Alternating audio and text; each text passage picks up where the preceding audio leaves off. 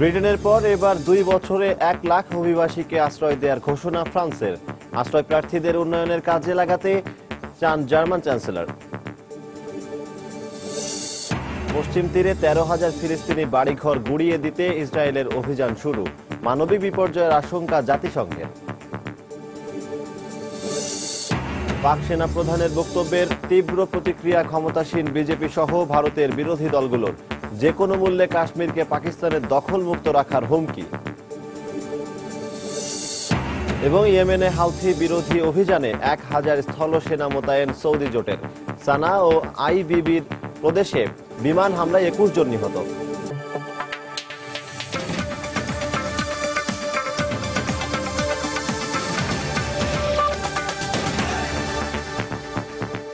আন্তর্জাতিক সময়ের সঙ্গে আছি আমি সজল দাস। ফরাসি স্বরাষ্ট্রমন্ত্রী বেরনাক কাজিওনভ জানিয়েছেন তার দেশ আগামী 2 বছরে সর্বোচ্চ 1 লাখ শরণার্থীকে আশ্রয় দিতে রাজি হয়েছে। অভিবাসীদের চাপ সামাল দিতে ইইউভুক্ত রাষ্ট্রগুলোই কোটার ভিত্তিতে অভিবাসীদের ভাগ করে দেওয়ার বিষয়ে অস্ট্রিয়া যে প্রস্তাব দিয়েছে তার বিরোধিতা করেছে স্লোভাকিয়া ও চেক প্রজাতন্ত্র। এরই মধ্যে তুরস্ক থেকে এজিয়ান সাগর পাড়ি দিয়ে আসার সময় দুর্ঘটনার কবলে পড়া একটি নৌকা থেকে 61 জনকে উদ্ধার করেছে গ্রিসের উদ্ধারকর্মীরা। সোমবার গ্রিসের লেসবস দ্বীপমুখী একটি অভিবাসীবাহী নৌকা ইজিয়ান সমুদ্রে দুর্ঘটনার কবলে পড়লে দ্রুত অভিযানে নামে গ্রিসের উদ্ধারকর্মীরা। সঠিক সময় সতর্কবার্তা পাঠানো এবং উদ্ধারকর্মীদের দ্রুত তৎপরতার কারণে সবাইকে জীবিত উদ্ধার করা সম্ভব হলেও মৃত্যুমুখ থেকে ফিরে এসে অভিবাসীরা মানসিকভাবে বিপর্যস্ত হয়ে পড়ে। ধারণ ক্ষমতার অতিরিক্ত যাত্রী বহন করার কারণে নৌযানটি দুর্ঘটনার কবলে পড়ে বলে জানা গেছে। এসব অভিবাসীর মূল লক্ষ্য জার্মানিতে পৌঁছানো। সম্প্রতি দেশটির সরকার অভিবাসীদের আশ্রয় দিতে সীমান্ত খুলে দেওয়ার ঘোষণা দিলে হ্যাম শহরে ভিড় করতে থাকে হাজার হাজার মানুষ। তাদের আশ্রয় দিতে স্থানীয় সামরিক অস্ত্রাগার খালি করে শরণার্থী শিবির স্থাপন করে কর্তৃপক্ষ। অভিবাসীরা শেষমেশ জার্মানিতে ঠাঁই পেলেও ভুলতে পারছে না দেশ ছেড়ে আসার দুঃসহ সব স্মৃতি। আমি ইরাকের মসুল থেকে এসেছি। পুরো শহর এখন আইসিস জঙ্গিদের দখলে থাকায় প্রাণ ভয়ে ইউরোপের পথ ধরেছি। জার্মানিতে পৌঁছাতে 27 দিন লেগেছে। খেয়ে না খেয়েছিলাম, তবে এখনকার অবস্থা অনেক ভালো, আর দুশ্চিন্তা নেই। অভিবাসীদের সেবা দিতে আমরা সর্বোচ্চ চেষ্টা করে যাচ্ছি। যতদিন সামর্থ্য আছে করে যাব। অভিবাসীদের চাপ সামাল দেওয়ার পূর্ব অভিজ্ঞতা আমাদের আছে। আমি আশা করি কেন্দ্রীয় সরকার এক্ষেত্রে আরো এগিয়ে আসবে। তবে অভিবাসীদের অধিকাংশ জার্মানিমুখী হওয়ায় উদ্বেগ প্রকাশ করেছেন দেশটির পররাষ্ট্রমন্ত্রী। অভিবাসীদের অভ্যর্থনা জানাতে জার্মান নাগরিকরা যেমন ইতিবাচক সাড়া দিয়েছে তাতে আমি সন্তুষ্ট। তাদের সেবায় অসংখ্য স্বেচ্ছাসেবক কাজ করছেন, কিন্তু এই অবস্থা কতদিন স্থায়ী হবে সেটাই প্রশ্ন। বিশেষত অভিবাসীর সংখ্যা শেষ পর্যন্ত কোথায় গিয়ে দাঁড়াবে তা নিয়ে আমি শঙ্কিত। এদিকে পশ্চিম ইউরোপের দিকে প্রতিনিয়ত ছুটে চলা বাস্তুহারা ও ভাগ্যান্বেষী অভিবাসীদের আশ্রয় দেওয়ার ইচ্ছা পোষণ করেছে ফ্রান্স। আগামী 2 বছরে ধাপে ধাপে 1 লাখ শরণার্থীকে আশ্রয় দেওয়ার কথা জানায় দেশটির সরকার। তবে শুধুমাত্র যুদ্ধবিধ্বস্ত সিরীয় শরণার্থীদের আশ্রয় দেওয়া হবে বলে জানান তারা। সিরিয়া ও ইরাকের অভিবাসীদের এই মুহূর্তে সবচেয়ে বেশি প্রয়োজন মানবিক সাহায্য। তাদের আশ্রয় দিতে রাজধানী প্যারিসের বিভিন্ন স্থানে অস্থায়ী শরণার্থী শিবিরের ব্যবস্থা করা হয়েছে। এদিকে অভিবাসীদের চাপ সামাল দিতে কোটা ব্যবস্থা প্রণয়নের মাধ্যমে অভিবাসীদের ইইউভুক্ত রাষ্ট্রগুলোর মধ্যে ভাগ করে দেওয়ার বিষয়ে অস্ট্রিয়া যে প্রস্তাব তোলে তাতে বিরোধিতা জানায় স্লোভাকিয়া ও চেক প্রজাতন্ত্র। এতে ইউরোপের দরিদ্র রাষ্ট্রগুলো সংকটের মুখে পড়বে বলে জানান তারা। সঞ্জনা চৌধুরী, সময় সংবাদ। এর আগে আগামী 5 বছরে ব্রিটেনে 20,000 সিরীয় শরণার্থীকে আশ্রয় দেওয়ার ঘোষণা দিয়েছেন ব্রিটিশ প্রধানমন্ত্রী ডেভিড ক্যামেরন।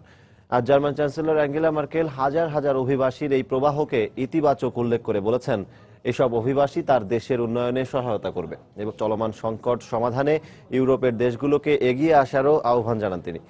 তবে হাঙ্গেরির প্রধানমন্ত্রী ভিক্টর অরবান বললেন, যারা উন্নত জীবনের আশায় জার্মানি যেতে চাইছে তারা শরণার্থী নয় বরং অভিবাসী। আর এই পার্থক্যের কথা বিবেচনায় রেখেই চলমান সংকট সমাধানে যথাযথ করণীয় ঠিক করা উচিত বলে মন্তব্য করেন তিনি। পথে পথে বাধা, তবুও থেমে নেই যাত্রা। গত কয়েকদিনের মতো সোমবারও সার্বিয়ার কাছে হাঙ্গেরির রোসকে সীমান্ত এলাকায় ছিল অভিবাসীদের উপচে পড়া ভিড়, যাদের অধিকাংশেরই উদ্দেশ্য পাশের দেশ অস্ট্রিয়া হয়ে জার্মানি পৌঁছানো। কিন্তু যানবাহনের স্বল্পতার কারণে যাত্রা বিলম্ব হওয়ায় বিক্ষুব্ধ অভিবাসীরা হেঁটে রওনা দিলে পুলিশ তাদের বাধা দেয়। এ সময় দুপক্ষের মধ্যে হাতাহাতি শুরু হলে পরিস্থিতি নিয়ন্ত্রণে নিরাপত্তা বাহিনীর সদস্যরা পেপার স্প্রে ব্যবহার করে।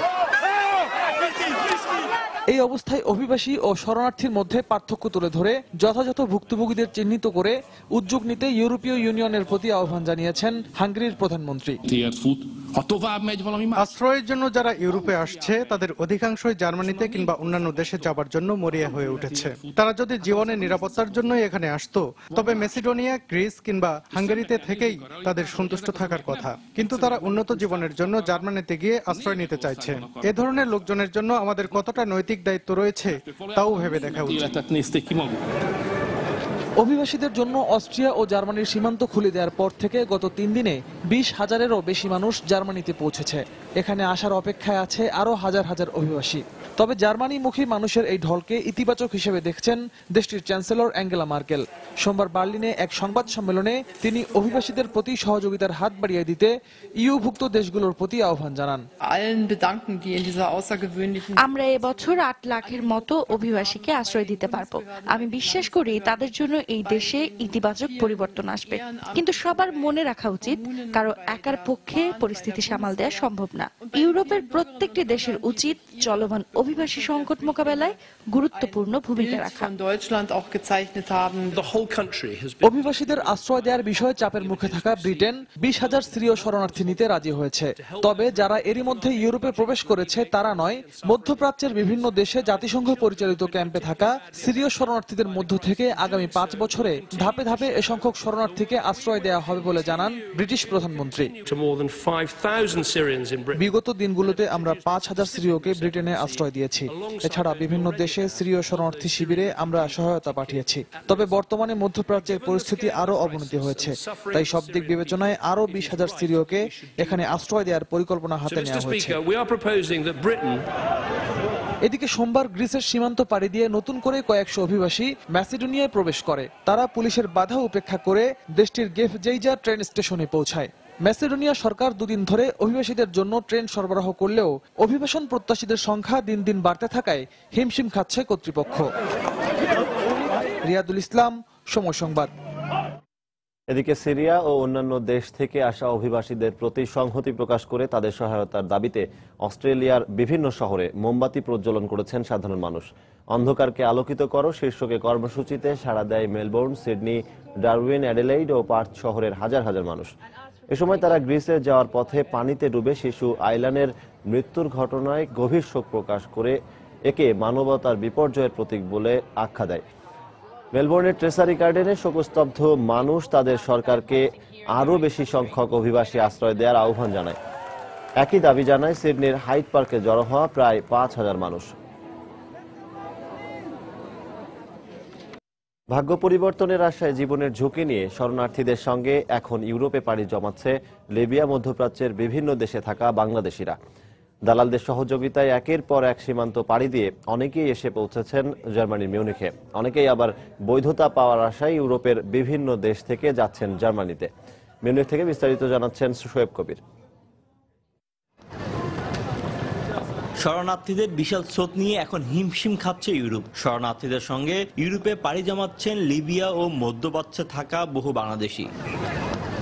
মিউনিখে হাজার হাজার সিরীয় শরণার্থীদের ভিড়ে দেখা গেল বেশ কয়েকজন বাংলাদেশিকেও। ম্যাসিডোনিয়া, গ্রিস, বুলগেরিয়া ওইদিকে আসছি। এখানে সেটেল হওয়ার জন্য আসছি। দুবাই থেকে ওই বাইরোডে আসছি তুর্কি থেকে আসার পর গ্রিসে 3 বছর ছিলাম, 4 বছর ছিলাম। কষ্ট তো অবশ্যই কষ্ট হয়েছে, কত কষ্ট স্বীকার করে এসেছে এর জন্যই দেখি সেটেল হওয়া যায় কিনা, এর জন্যই এসেছে। অনেকে আবার জানালেন নাগরিকত্ব লাভের আশায় ইউরোপের অন্যান্য দেশ থেকে এখন জার্মানি আসছেন তারা। মাদারীপুরের মোজাম্মেল জানিয়েছেন ভারত, পাকিস্তান, তুর্কি, গ্রিস ঘুরে বৈধতা না পেয়ে এখন তিনি জার্মানিতে এসেছেন। 300-র মতন হবো বাংলাদেশে, টোটালে 300-র মতন হবো আসতেছে। বাংলাদেশের থেকে আসি ইন্ডিয়া থেকে আসি পাকিস্তানের ওখানে আসি তুর্কি থেকে গ্রিসে, তারপরে এভাবে আমি ভাইয়া রাষ্ট্র ভাইয়া এসেছি। ইউরোপে অভিবাসীদের নিয়ে কাজ করা ফ্রন্টেক্স জানিয়েছে 5টি রুট দিয়ে প্রতিদিন 30 জন বাংলাদেশি সীমান্ত পাড়ি দিয়ে ইউরোপে প্রবেশ করছেন, যাদের বেশিরভাগই আসছেন লিবিয়া ও মধ্যপ্রাচ্য থেকে। এই বছরের জানুয়ারি থেকে জুলাই পর্যন্ত সর্বমোট ৬,০৮৫ জন বাংলাদেশি অবৈধভাবে সীমান্ত পাড়ি দিয়ে ইউরোপে প্রবেশ করেছে। আজকে আমরা এখানে বেশ কয়েকজন বাংলাদেশির সাথে কথা বলেছি। তারা শুধুমাত্র জীবিকা অন্বেষণে এবং ভাগ্য পরিবর্তনে ইউরোপে এসেছে। তবে তাদের ভাগ্য কি আদৌ পরিবর্তন হবে? শোয়েব কবির, সময় সংবাদ, জার্মান। এদিকে জার্মানিতে বিপুল সংখ্যক শরণার্থীকে আশ্রয়ের পাশাপাশি তাদের সন্তানের বেড়ে ওঠার জন্য প্রয়োজনীয় সুযোগ সুবিধার ব্যবস্থা করতে সরকারের প্রতি আহ্বান জানিয়েছে জার্মানরা। গত কয়েকদিনে হাজার হাজার অভিবাসী জার্মানির মিউনিখে পৌঁছানোর পর সরকারের প্রতি এ আহ্বান জানান তারা।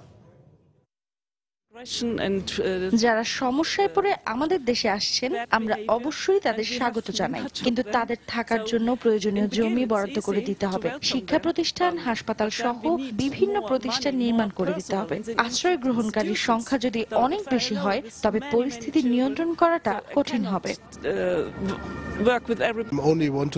আমি মনে করি এতে কোনো সমস্যা হবে না। আমরা তাদের যথাযথ যত্ন নেয়ার চেষ্টা করব। জার্মানিতে আশ্রয় প্রার্থীদের মধ্যে রয়েছে অনেক বাংলাদেশি, যারা মধ্যপ্রাচ্য সহ বিভিন্ন দেশ হয়ে ইউরোপে প্রবেশ করেছেন। সিরিয়া, আফগানিস্তান সহ যুদ্ধবিধ্বস্ত দেশগুলোর মানুষ সংঘাত থেকে বাঁচতে ইউরোপে পাড়ি জমালেও বাংলাদেশিরা মূলত উন্নত জীবনের আশায় সেখানে যাচ্ছেন। বাংলাদেশি অভিবাসী সহ জার্মানিতে আশ্রয় প্রার্থীদের সার্বিক অবস্থা জানাতে স্কাইপে আমাদের সঙ্গে যোগ দিয়েছিলেন টেকনিক্যাল ইউনিভার্সিটি অব মিউনিখ এর রিসার্চ ফেলো প্রবাসী বাংলাদেশি মোহাম্মদ আশরাফুর রহমান। আমরা যতটুকু জেনেছি কিছু সংখ্যক বাংলাদেশিও রয়েছে। এখন পার্টিকুলারলি বলাটা একটু ডিফিকাল্ট, কারণ ওদের সম্পূর্ণ আপনার রেজিস্ট্রেশন করার পরে হয়তো বা ওদের আরো ইনফরমেশন গুলো জানা যাবে। এদের রেজিস্ট্রেশন প্রসেসটা চলতেছে এবং এটা এখনো আমরা জানি না অ্যাকচুয়ালি যে কয়জন কোন দেশ থেকে এসেছে। তার মানে তো অবভিয়াসলি ইউরোপিয়ান ইউনিয়নের সবচেয়ে স্ট্রংগেস্ট পার্ট। ওদের স্ট্যান্স গুলো অনেক চেঞ্জ হচ্ছে, পলিটিক্যালি বলেন বা ইমিগ্রেশন ইস্যুতে ওদের অনেক চেঞ্জ হচ্ছে, যেটা আপনার আগে অনেকটা চিন্তাই করা যেত না। ইন বিটুইন যখন এই সিরিয়ানি ইস্যুটা আবার শুরু হলো তখন ওরা জার্মানি হঠাৎ করে সবার আগে স্ট্যান্সটা নিল যে ঠিক আছে, আমাদের যেহেতু ক্যাপাসিটি আছে আমরা এই কাজটা করব। মোস্ট অফ দ্য পিপল সোসাইটির বেশ ওয়েলকামিং, ওরা খুবই আপনার হাসি মুখে ওদেরকে বরণ করে নিচ্ছে। এটা একটা বিশাল চেঞ্জ বলতে পারেন। ইনিশিয়াল ক্রাইসিস যেটা, ওদেরকে যখন শেল্টার দেওয়া হবে তারপর ওদের যাচাই বাছাই করা হবে যারা অরিজিনাল পলিটিক্যাল অ্যাসাইলাম সিকার, যারা সাপোজ সিরিয়া থেকে আসছে, যারা অরিজিনাল পলিটিক্যাল প্রবলেম আছে অথবা সিভিল ওয়ারের কারণে আসছে, ওদেরকে ওরা পরবর্তীতে থাকার ব্যবস্থা করবে এবং যাদের অরিজিনাল এই আইডেন্টিটিটা পাবে না ওদেরকে হয়তো বা রিফিউজ করবে। আন্তর্জাতিক সময় আরো দেখবেন, বর্ণিল আয়োজনের মধ্য দিয়ে উদযাপিত হচ্ছে তিব্বত স্বায়ত্তশাসিত অঞ্চল প্রতিষ্ঠার 50তম বার্ষিকী। জাতীয় ঐক্যের আহ্বান চীনা প্রধানমন্ত্রীর।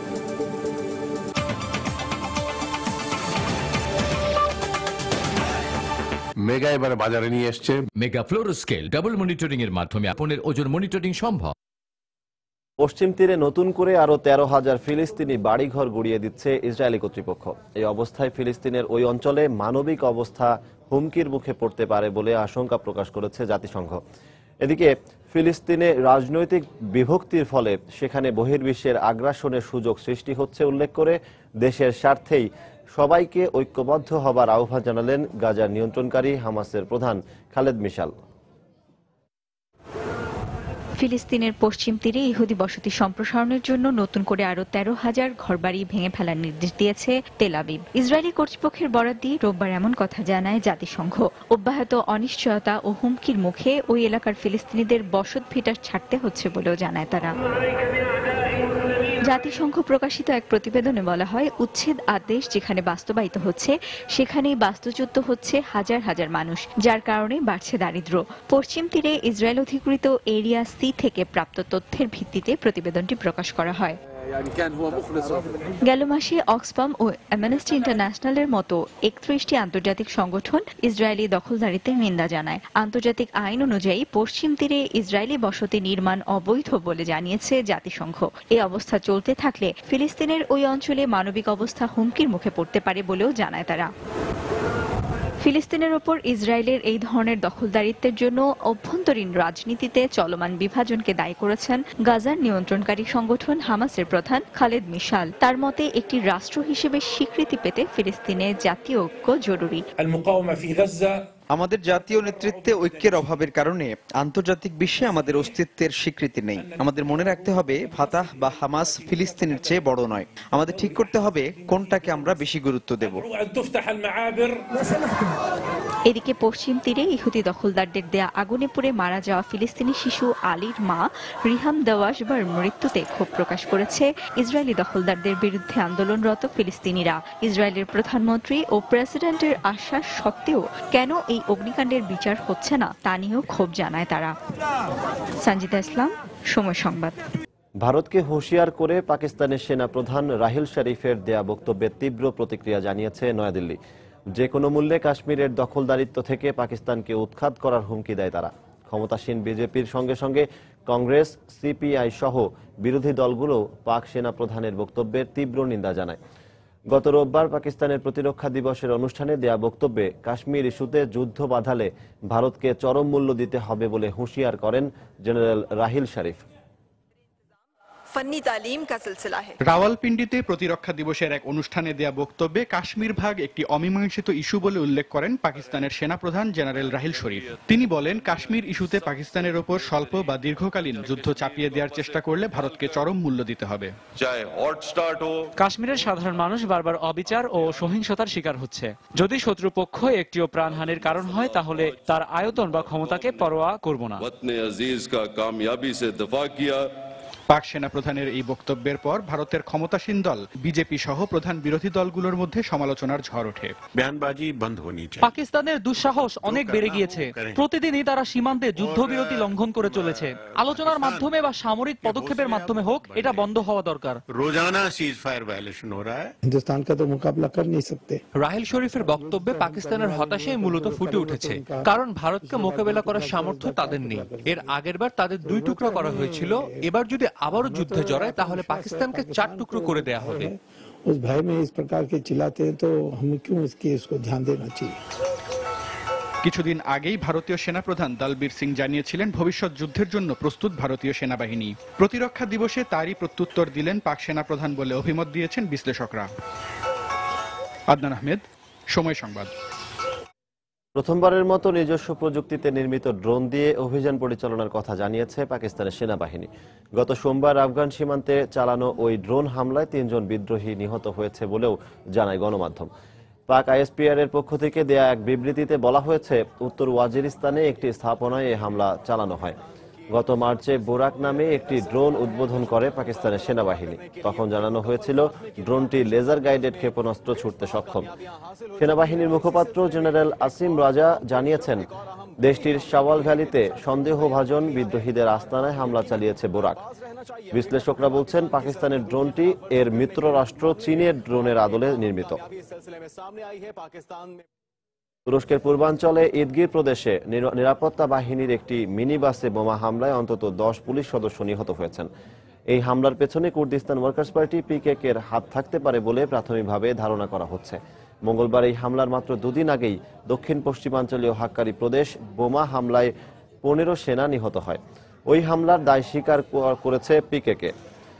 তুরস্কের পূর্বাঞ্চলে গত কয়েকদিন ধরেই এই ধরনের হামলার ঘটনা বাড়ছে বলে জানায় গণমাধ্যম। গত মাসে তুর্কি সরকার ইরাকের আইএস ও পিকেকে এর ওপর বিমান হামলার ঘোষণা দেওয়ার পর থেকে এই ধরনের হামলা হচ্ছে বলেও জানায় তারা। ইয়েমেনে হাউথি বিরোধী অভিযানে অংশ নিতে 1000 স্থলসেনা মোতায়েন করেছে সৌদি নেতৃত্বাধীন জোটের সদস্য রাষ্ট্র কাতার। সোমবার সোবরার কর্তৃপক্ষের বরাত দিয়ে আল জাজিরা এ তথ্য জানায়। গত সপ্তাহে হাউথিদের হামলায় সৌদি জোটের 60 জন সেনা নিহতের পরই ইয়েমেনে কাতারের স্থল সেনা মোতায়েনের খবর পাওয়া গেল। এদিকে ইয়েমেনের রাজধানী সানা ও আইবিবি প্রদেশে সৌদি নেতৃত্বাধীন জোটের বিমান হামলায় অন্তত 21 জন নিহত হয়েছে। এদের মধ্যে আইবিবি প্রদেশে মারা যায় 12 জন বেসামরিক নাগরিক এবং আহত হয় 25 জন। একই দিন সানায় একটি আবাসিক এলাকায় বিমান হামলায় মারা যান 9 জন।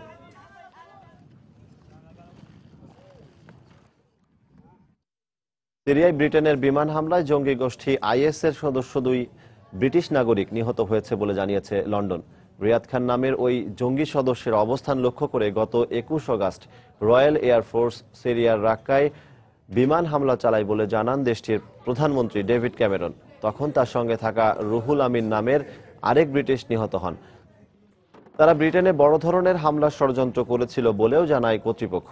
প্রায় একই সময়ে মার্কিন বিমান হামলায় জুনায়েদ হুসাইন নামের আরেক ব্রিটিশ নাগরিক নিহত হয় বলেও জানানো হয়েছে। ব্যাংককে বোমা হামলার ঘটনায় জিজ্ঞাসাবাদের জন্য দুজন ভারতীয়কে পুলিশি হেফাজতে নেওয়া হয়েছে বলে জানিয়েছে সংবাদ মাধ্যম জি নিউজ। ঘটনায় জড়িত সন্দেহে একজন বিদেশি সন্দেহভাজনের সঙ্গে দুজন ভারতীয়কে কথা বলতে দেখা গেছে সিসিটিভি ফুটেজে। সন্দেহভাজন ওই বিদেশি নাগরিককে খুঁজছে পুলিশ, তবে ভারতীয় দুজনের পরিচয় জানায়নি থাই পুলিশ। এর আগে পুলিশ যে অ্যাপার্টমেন্টে বোমা তৈরির সরঞ্জাম পেয়েছিল তার পাশের ঘরেই এ দুজন থাকত বলে জানিয়েছে পুলিশ। কোরীয় যুদ্ধে বিচ্ছিন্ন হয়ে যাওয়া পরিবারগুলোর পুনর্মিলনী 20 থেকে 26 অক্টোবর অনুষ্ঠিত হবে বলে জানিয়েছে সিউল। উত্তর কোরিয়া সীমান্তের একটি পাহাড়ি রিসোর্টে এই পুনর্মিলনীর আয়োজন করা হবে বলেও জানান তারা। 1953 সালে কোরিয়া যুদ্ধের সমাপ্তির পর থেকে 6 দশক ধরে লাখ লাখ কোরীয় তাদের স্বজনদের থেকে বিচ্ছিন্ন হয়ে আছেন। সীমান্ত উত্তেজনায় গত মাসে প্রায় যুদ্ধাবস্থা তৈরি হলেও আলোচনার মাধ্যমে সে পরিস্থিতি থেকে সরে আসতে সক্ষম হয় দুই কোরিয়া। তখনই ঠিক হয়েছিল দুদেশের বিচ্ছিন্ন হয়ে যাওয়া পরিবারগুলোর পুনর্মিলনীর আয়োজন করা হবে। গত মাসের শেষ দিকে আন্তর্জাতিক রেড ক্রস দক্ষিণ কোরিয়াকে এই আলোচনার প্রস্তাব দিলে রাজি হয় দেশটি। রোববার পুনর্মিলনী আয়োজনে আলোচনার উদ্দেশ্যে উত্তর ও দক্ষিণ কোরিয়ার সীমান্ত গ্রাম পানমুনজানে জড়ো হন দুদেশের রেডক্রসের শীর্ষস্থানীয় কর্মকর্তারা।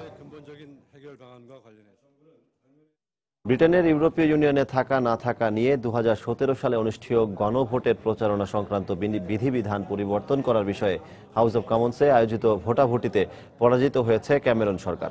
দ্বিতীয় দফায় ক্ষমতায় আসা ক্যামেরনের কনজারভেটিভ পার্টি অন্যতম নির্বাচনী প্রতিশ্রুতি ছিল এই গণভোটের আয়োজন করা।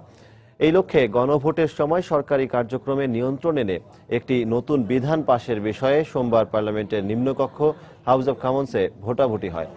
হাউস অব কমন্সে সরকারি দল কনজারভেটিভ পার্টির সংখ্যাগরিষ্ঠতা থাকলেও প্রধানমন্ত্রী ক্যামেরন বিশেষ এই বিধানের পক্ষে প্রয়োজনীয় ভোট সংগ্রহে ব্যর্থ হন। ফলে বাতিল হয়ে যায় প্রস্তাবটি। এর পক্ষে ভোট পড়ে 285টি এবং বিপক্ষে পড়ে 312টি। হাউস অব কমন্সে এই হারকে কনজারভেটিভ পার্টির জন্য অপমানজনক বলে মন্তব্য করেছে লেবার পার্টি। রুশ বিমানকে গ্রিক আকাশসীমার ব্যবহার করে সিরিয়ায় পণ্য পরিবহন করতে না দিতে গ্রিসের প্রতি আহ্বান জানিয়েছে যুক্তরাষ্ট্র। সোমবার এক বিবৃতিতে একথা জানায় গ্রিক কর্তৃপক্ষ। সম্প্রতি সিরিয়ার প্রেসিডেন্ট বাশার আল আসাদ তার সেনাবাহিনীতে জনবল অভাবের কথা স্বীকার করার পর দেশটিকে রাশিয়ার সেনা ও অস্ত্র সহায়তার খবরে উদ্বেগ প্রকাশ করে যুক্তরাষ্ট্র। রুশ পররাষ্ট্রমন্ত্রী সের্গেই ল্যাভরভকে টেলিফোনে এ বিষয়টি অবহিত করেন মার্কিন পররাষ্ট্রমন্ত্রী জন কেরি। তারই ধারাবাহিকতায় এবার গ্রিসের আকাশসীমায় সিরিয়াগামী রুশ বিমান ঢুকতে না দেওয়ার অনুরোধ জানালো যুক্তরাষ্ট্র। এর আগে সিরিয়াগামী দুটি রুশ বিমানকে গ্রিক আকাশসীমা ব্যবহার করতে দেওয়ার অনুমতি চেয়ে অনুরোধ জানায় Russia. As well as use this as a political mileage in the upcoming elections, specifically when it comes to the foreign policy issues among. দ্বিতীয় মিনস্ক চুক্তির বাস্তবায়ন ও ইউক্রেন শান্তি প্রক্রিয়ায় যথেষ্ট অগ্রগতি হচ্ছে উল্লেখ করে রাশিয়ার উপর থেকে নিষেধাজ্ঞা তুলে নেওয়ার বিষয়ে আশা প্রকাশ করেছে ফরাসি প্রেসিডেন্ট ফ্রাঁসোয়া ওলাদ। গত কয়েক সপ্তাহে ইউক্রেন পরিস্থিতি অনেকটা স্বাভাবিক হয়ে এসেছে বলেও উল্লেখ করেন তিনি। তবে ওলাদের মতে এখনও অনেক বাস্তবায়ন হয়নি, যেমন পূর্ব ইউক্রেনে আঞ্চলিক নির্বাচন ও এসব অঞ্চলকে আরও খানিকটা স্বায়ত্তশাসন দেওয়ার মতো বিষয়গুলো নিয়ে এখনও কোনো পদক্ষেপ নেওয়া হয়নি বলে জানান ফরাসি প্রেসিডেন্ট। এসব বিষয় নিয়ে আলোচনা করতে চলতি মাসের শেষ ভাগে জার্মানি, ইউক্রেন, রাশিয়াকে প্যারিসে আমন্ত্রণ জানান ওলাদ। হাইড্রোলিক লিকের কারণে ভারতের একটি রাষ্ট্রীয় বিমান জরুরি অবতরণ করতে বাধ্য হয়েছে। জরুরিভাবে বিমান থেকে বের হওয়ার সময় 5 জন যাত্রী আহত হয়েছেন। সোমবার নয়াদিল্লির ইন্দিরা গান্ধী আন্তর্জাতিক বিমানবন্দরে জরুরি অবতরণ করে এয়ার ইন্ডিয়ার বিমানটি। A1 ফ্লাইট 405 144 জন যাত্রী নিয়ে বারাণসী থেকে দিল্লি যাচ্ছিল। অবতরণের আগেই বিমানের চাকায় ধোঁয়া দেখা যায়। অবতরণের পর বিমানের জরুরি নির্গমন পথ খুলে দেয়া হলে দ্রুত বের হওয়ার সময় 5 জন আহত হন। থাইল্যান্ডে মহাকাশ থেকে সোমবার এক ধরনের আগুনের গোলা পড়তে দেখা গেছে। এই ঘটনাকে উল্কাপাত হিসেবে বর্ণনা করেছে থাই গণমাধ্যম। থাইল্যান্ডের রাজধানী ব্যাংককে সোমবার সকাল 8:45-এর দিকে এই উল্কাপাতের ঘটনা ঘটে বলে জানিয়েছে গণমাধ্যম। সেই সাথে বিস্ফোরণের শব্দ পাওয়া যায় বলে জানায় স্থানীয়রা। কমলা রঙের বড় বড় গোলা আকাশ থেকে মাটিতে পড়তে দেখা যায় বলেও জানিয়েছে তারা। তবে কোথা থেকে কিভাবে এই গোলা পৃথিবীর বায়ুমণ্ডলে প্রবেশ করে তা প্রাথমিকভাবে জানাতে পারেনি গণমাধ্যম। একটি চলন্ত গাড়ি থেকে ধারণকৃত ওই উল্কাপাতের কিছু বিরল দৃশ্য প্রচার করে রুশ গণমাধ্যম RT। বর্ণিল আয়োজনের মধ্য দিয়ে চীনের লাসা শহরে পালিত হচ্ছে তিব্বত স্বায়ত্তশাসিত অঞ্চল প্রতিষ্ঠার 50তম বার্ষিকী। পতাকা উত্তোলন ও প্যারেডের মাধ্যমে উৎসবের আনুষ্ঠানিকতা শুরু হয়। এতে অংশ নেয় সামরিক বাহিনীর 6000-এর বেশি সদস্য। এ উপলক্ষে এক বার্তায় জাতীয় ঐক্য ও একটি সুন্দর তিব্বত গড়ে তোলার আহ্বান জানান চীনের প্রধানমন্ত্রী শি জিনপিং। লাসা শহরের পোতালা প্যালেসের সামনে আয়োজন করা হয় এক বর্ণিল উৎসবের। তিব্বত স্বায়ত্তশাসিত অঞ্চল প্রতিষ্ঠার 50তম বার্ষিকী উপলক্ষে আয়োজিত অনুষ্ঠানে ঐতিহ্যবাহী পোশাক পরে বাদ্যযন্ত্রের তালে তালে নৃত্য পরিবেশন করে হাজার হাজার মানুষ। মঙ্গলবার স্থানীয় সময় সকালে পতাকা উত্তোলনের মধ্য দিয়ে উৎসবের আনুষ্ঠানিকতা শুরুর পর বর্ণাঢ্য কুচকাওয়াজের আয়োজন করে তিব্বত সরকার। এতে অংশ নেয় 6000-এর বেশি সামরিক বাহিনীর সদস্য। প্রতিষ্ঠা বার্ষিকী উপলক্ষে আয়োজিত অনুষ্ঠানে উপস্থিত ছিলেন চীনের উপপ্রধানমন্ত্রী লিউ ইয়াংদং সহ দেশটির উচ্চ পর্যায়ের রাজনৈতিক ব্যক্তিবর্গ। শীর্ষ রাজনৈতিক উপদেষ্টা ইউ ঝেংশেং তার বক্তব্যে সমাজ সংস্কার ও অর্থনৈতিক উন্নয়নের জন্য তিব্বতবাসীর প্রশংসা করেন। গত 50 বছরে তিব্বতবাসী কঠোর পরিশ্রমের মাধ্যমে তিব্বতকে দরিদ্র থেকে একটি সমৃদ্ধ অঞ্চলে পরিণত করেছে। সীমান্ত এলাকায় স্থিতিশীলতা অর্জনে সরকার উল্লেখযোগ্য অবদান রেখেছে। গত 5 দশকে সমাজ ও অর্থনৈতিক অগ্রগতির ক্ষেত্রে এই অঞ্চলে ব্যাপক উন্নতি হয়েছে। এই আয়োজন উপভোগ করতে পোতালা প্যালেস ও এর আশপাশে জড়ো হয় 20,000-এর বেশি মানুষ। 1965 সালের 1 সেপ্টেম্বর নির্বাচনের মাধ্যমে স্থানীয় গণকংগ্রেস প্রতিষ্ঠার 6 দিন পর স্বায়ত্তশাসিত অঞ্চল হিসেবে প্রতিষ্ঠিত হয় তিব্বত। শিরিন আক্তার, সময় সংবাদ। আন্তর্জাতিক সময়ের শীর্ষ সংবাদগুলো জানিয়ে দিচ্ছি আরেকবার। ব্রিটেনের পর এবার 2 বছরে 1 লাখ অভিবাসীকে আশ্রয় দেওয়ার ঘোষণা ফ্রান্সের। আশ্রয় প্রার্থীদের উন্নয়নের কাজে লাগাতে চান জার্মান চ্যান্সেলর। পশ্চিম তীরে 13,000 ফিলিস্তিনি বাড়িঘর গুড়িয়ে দিতে ইসরায়েলের অভিযান শুরু। মানবিক বিপর্যয়ের আশঙ্কা জাতিসংঘের। পাক সেনা প্রধানের বক্তব্যে তীব্র প্রতিক্রিয়া ক্ষমতাসীন বিজেপি সহ ভারতের বিরোধী দলগুলোর। যে কোনো মূল্যে কাশ্মীরকে পাকিস্তানের দখলমুক্ত করার হুমকি। এবং ইয়েমেনে হাউথি বিরোধী অভিযানে 1000 স্থল সেনা মোতায়েন সৌদি জোটের। সানা ও আইবিবি প্রদেশে বিমান হামলায় 21 জন নিহত। এই ছিল আন্তর্জাতিক সময়ে। যে কোনো খবর পেতে ভিজিট করুন সময়নিউজ.tv। সঙ্গে থাকুন সময়ের।